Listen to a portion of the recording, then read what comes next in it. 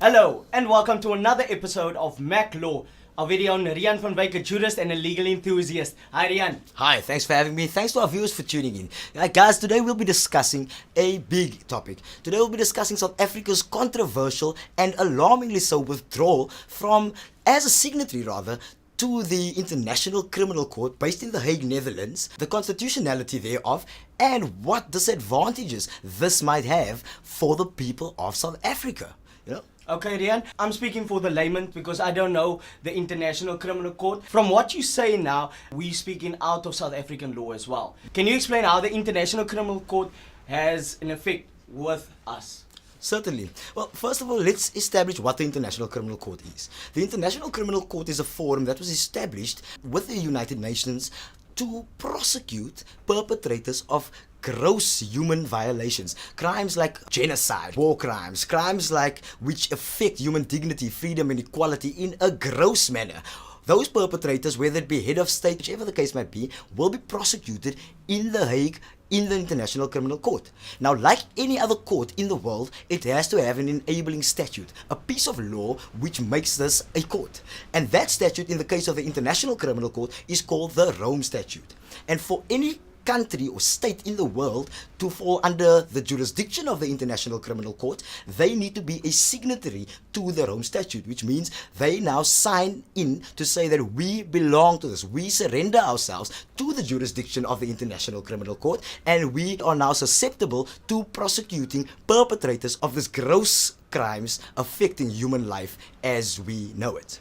Okay, so basically South Africa is part of this Rome Statute Absolutely. that you're speaking about. Yes. And what I gathered is that the International Criminal Court actually protects countries that are part of this International Criminal Court, whereas if they harm the people and the people can't help themselves. Mm-hmm. So the International Criminal Court actually protects them.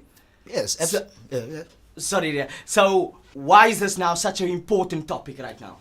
Well, look, it's now come to light that the executive arm of our government, as we've explained before, our government is split up into three parts, which is the executive, the legislative, which is parliament, and the courts, the judiciary. So now the executive part of our government, the president and its cabinet, specifically the Minister of Foreign Affairs, has now handed in a withdrawal, a notice of withdrawal, to the United Nations Secretary General, Mr. Ban Ki-moon, in New York.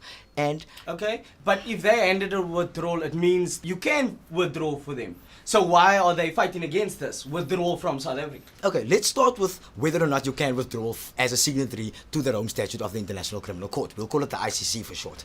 What the Rome Statute specifically says in Article 127, sub-Article 1, it says that any state party, which South Africa is, we've established that, may withdraw from falling under the jurisdiction of the ICC. But they have to do so by handing a notice of withdrawal to the Secretary General of the United Nations, and then 1 year afterwards, the piece of legislation provides that, or the provision provides that, that state party, which South Africa is, shall be withdrawn. So there's no question, there's no process. The only process, you have to hand in a notice, wait a year, and automatically, ipso facto, you will be withdrawn as a state party. Just to stop quick, can you please clarify why we want to withdraw that? That is the impugned issue or question. Yeah. That's the issue at hand here. You see, there are a lot of speculation. Now, last year, specifically June 2015, a fugitive of the International Criminal Court, Mr. Omar al-Bashir, who is the Sudanese president, was in South Africa, specifically Sandton, Johannesburg, for an African Union summit. Now, we as signatories to the Rome Statute of the International Criminal Court would then obviously have a duty to say, hey guys, in The Hague, we've got a fugitive here. We're going to detain this guy and send him over to you guys because we've sworn allegiance to the jurisdiction of this court, this honorable court. So now, that hasn't happened. A human rights organization group called the South African Litigation Centre has come to light of this information. They then went to the Western Cape High Court to get the court to order Mr. Zuma to say, no man, use your executive, arrest this guy. Yes. Bar him from... He's a fugitive. Correct. Bar him from leaving our country now. And as opposed to doing that, Mr. al-Bashir was then transported very undercover, incognito, to Waterkloof Airport, private airport, where our state ministers and everything. And this is facts. Yes, it's fact. He was transported there, and there on a private plane, he was shipped back off to Sudan. So not only has the executive branch They help someone escape. they aided and abetted. And not only have they contravened the court, or they aided and abetted, as we just put it. Now, if our government cannot obey and conform to our courts, what makes it more prevalent or more convincing that they are going to be accountable to the purported African criminal court that they want to give? You know? Now, is that why they're trying to withdraw so they can't be accountable by the International Criminal Court because they allowed that guy to escape? Okay, let me not speculate here. Firstly, good question, very good question, and that is on the cards. I mean, this is what the media is speculating about, and they have just cause to do so. But let's first say what the state is averting, why they handed notice. The state's saying they handed notice over because they feel that the ICC is biased because they're making African countries the center of their work. Now let's look at that. African countries became signatories to the Rome Statute, number one.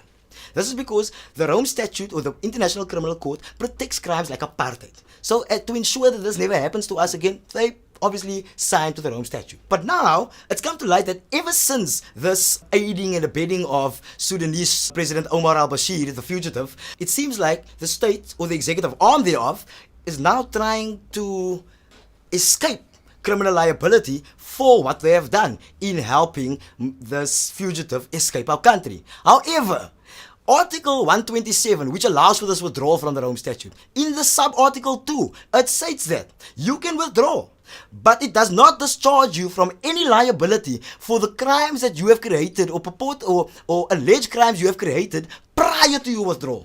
So if they have done this in June 2015 and the withdrawal was done now in 2016, it's not going to stop them from being criminally prosecuted by the prosecutor of the International Criminal Court in The Hague. So if that is the case, it's a futile attempt. Yeah. Wow, Riaan, You know? this is very interesting. I'm not topic. even at the interesting part yet.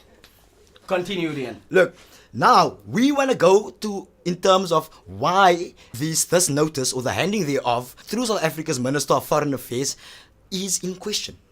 Because the executive, as I've explained in previous shows, they are only there to execute the laws that Parliament has created, who represent us as South African people proportionately, and to execute court orders, right? But now we've seen, number one, they don't execute court orders. Number two, they have not gotten a mandate from Parliament, who represents us, to say, listen here, executive, go to New York, instruct our diplomats over there to hand in notice so that we can be absolved from the criminal court's jurisdiction. They haven't done that. So they've done that unilaterally, they've done that without the proper authority, and they've done that without taking into regard the heart and the intentions of the people of South Africa. It sounds like they're trying to get away with something. Absolutely. And they are now usurping the powers of Parliament and usurping the powers of the courts by unilaterally taking the law into their own hands so that they can, and we're speculating here, evade criminal liability of being prosecuted in the International Criminal Court in The Hague. This is a very interesting topic, and we thank Riaan van Wyk for bringing the law side, because we are all about fighting for our law in South Africa, because there is steps to take when you need to get something done. And clearly with the way things sounds, it sounds like the proper steps was not taken, and that's why it looks like someone is doing something wrong.